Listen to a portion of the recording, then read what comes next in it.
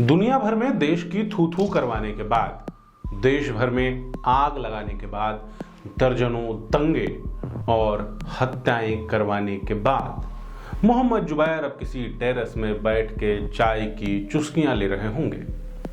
शुक्रिया भारत के supreme court का।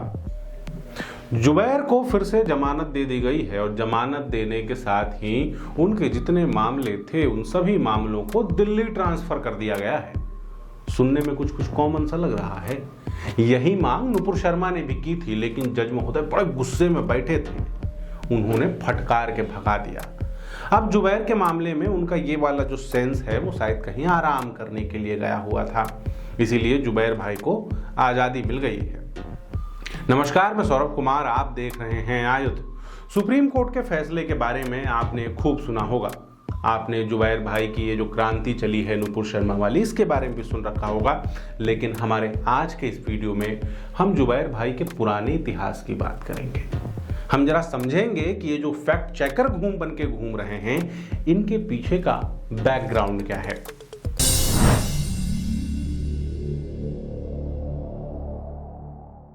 मोहम्मद जुबैर अपने आप को फैक्ट चेकर कहते हैं, सोशल मीडिया में खूब एक्टिव हैं, जूबियर के नाम से ट्विटर हैंडल है और ट्विटर से क्रांति मचाते हैं। इनकी ट्विटर की क्रांति पहले भी देश में दंगे करवा चुकी है, पहले भी फेक न्यूज़ फैला चुकी है। अभी वर्तमान में बात करें तो भाई साहब ऑल्ट न्यूज़ नाम की एक संस्था है, उसके डायरेक्टर हैं। इसके साथ इस संस्था में दो और लोग हैं, एक हैं मुकुल सिन्हा जी जो कि संस्था के डायरेक्टर हैं और साथ ही इनकी जो माँ हैं वो संस्था की मैनेजिंग डायरेक्टर हैं। ये तीन लोग मिलकर ऑल्ट न्यूज़ चलाते हैं। ऑल्ट न्यूज़ बड़ा क्रांतिकारी संगठन है। ये वही ऑल्ट न्यूज़ है जिसने आयुध के ऊपर भी आरोप लगाया था कि आयुध फर्जी खबर चला रहा है। लेकिन अगर आप ऑल्ट न्यूज़ की विरासत को देखिए तो आपको वहाँ फेक न्यूज़ के अलावा और कुछ मिलेगा नहीं। लेकिन ऑल्ट न्यूज़ की ये जो फेक न्यूज़ की फितरत है, ये मोहम्मद जुबैर के साथ ही आई है। मोहम्मद जुबैर का बैकग्राउंड जानिएगा तो पहले भाई साहब फैक्ट चेकर नहीं थे, पहले भाई साहब मीमर थे, ट्रोल थे।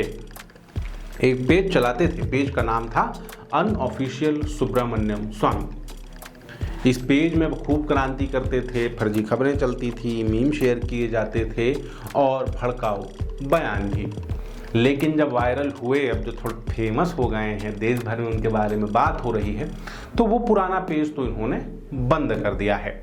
जब उनकी गिरफ्तारी हुई उसके बाद एसआईटी ने उनके जब डिवाइसेस की जांच की थी तो बहुत सारे फाइल डिलीट किए गए थे, बहुत सारे कॉरेस्पॉन्डेंस डिलीट कर दिए गए थे, जिसको रिकवरी के लिए उनको एसआईटी अलग अलग जगहों पर ले करके भी जा रही थी उनके डिवाइस के डेटा को दोबारा पाने के लिए। अब देखिए, पहली बात तो यही है कि जिसके पास छुपाने के लिए कुछ नहीं होता वो अपने फ़ोन का डेटा डिलीट नहीं करता है। भाई साहब किए थे, यानी दाल में कुछ तो कहीं तो थोड़ा सा काला तो है। अब ये जो ऑल्ट न्यूज़ जो जुबैर चलाते हैं, इस ऑल्ट न्यूज़ की फंडिंग कहाँ से होती है? क्योंकि संस्था चलाना मेहनत का काम है। इस संस्था को फंडिंग देता है जिंदाबाद ट्रस्ट। जिंदाबाद ट्रस्ट जिसकी मालकिन है अरुंधति रॉय। अरुंधति रॉय कौन, बताने की आवश्यकता है नहीं। और जुबैर को एनडीटीवी का बैकअप क्यों मिलता है, पूरे के पूरे लेफ्ट के इकोसिस्टम का बैकअप क्यों मिलता है, ये भी आप यहाँ से समझ सकते हैं। इसके साथ ही ऑल्ट न्यूज़ को फंडिंग आती है IPSMF से, एक एनजीओ है जो कहता है कि हम स्वतंत्र पत्रकारिता करने वालों को बढ़ावा देते हैं। यही संस्था द कारवान को भी पेमेंट करती है, वायर को भी करती है, न्यूज़ क्लिक को भी करती है, जंजावर को भी करती है। इसके साथ ही छोटी छोटी और बहुत सारी संस्थाएं हैं जिनको पैसे IPSMF से मिलते हैं। IPSMF को फंड करने वाले में फिर बहुत बड़े बड़े नाम हैं, जिसमें से एक नाम जॉर्ज सोरोस का भी है। वही जॉर्ज सोरोस जिनके ऊपर वामपंथी एजेंडा दुनिया भर में चलाने का जिनको दारोमदार जिनकी छाती पर है। कुछ समय पहले अंकुर सिंह नाम के एक ट्विटर हैंडल ने ट्विटर पे एक थ्रेड पोस्ट किया था। इस थ्रेड में उन्होंने 30 घटनाएं बताई थीं कि कैसे जुबैर फेक न्यूज़ फैलाते हैं। इस ट्विटर का डिस्क्रिप्शन हम आपको अपने लिंक हम आपको डिस्क्रिप्शन में दे रहे हैं, आप यहाँ जाके 30 के 30 ट्वीट देख सकते हैं। लेकिन इनमें से कुछ ट्वीट हैं जैसे कि मन की बात को लेकर जुबैर भाई साहब ट्वीट किए थे कि मेक्सिको में बच्चों को पढ़ाने के लिए दूरदर्शन का इस्तेमाल किया जाता है, देश में मन की बात दिखाने के लिए। लेकिन उससे पहले दूरदर्शन खोल के देखे भी नहीं, क्योंकि दूरदर्शन में पहलों से सैकड़ों ऐसे कार्यक्रम आते हैं जो शिक्षा के लिए हैं, लेकिन एजेंडा चलाना था। ये वही हैं जिन्होंने उत्तर प्रदेश का एक मामला शेयर किया था, जिसमें एक बुजुर्ग ने आरोप लगाया था कि जय श्री राम के नारे लगाकर उसके साथ मारपीट की गई, उसकी दाढ़ी काट दी गई। बाद में जब पुलिस ने जांच किया तो पता चला कि भाई साहब किसी से उधार का पैसा लेके बैठे थे, वो भी उन्हीं का धर्म का था, और उसने उनको पकड़ के पिटाई लगाई थी। कहीं जय श्री राम का कोई एंगल था ही नहीं।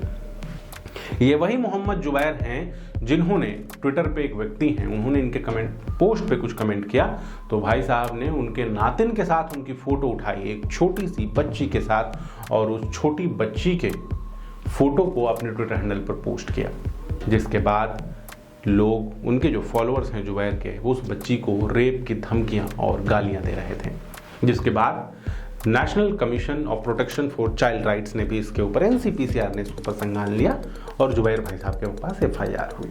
लेकिन कोर्ट का कहना है कि कोई नहीं, इनको तो जाने दीजिए, इनको जो करना है करने दीजिए, देश में हाथ लगाने दीजिए।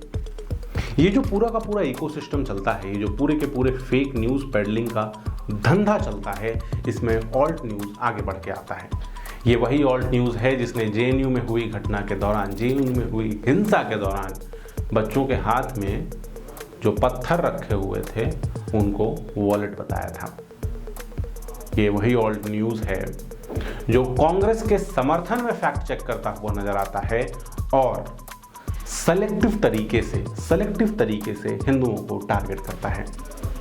मोहम्मद जुबैर ने जब एक टीवी डिबेट का एक छोटा सा क्लिप नुपुर शर्मा का उठाकर शेयर किया तो उसके बाद दुनिया भर से नुपुर शर्मा के खिलाफ गुस्सा और जहर उगला गया।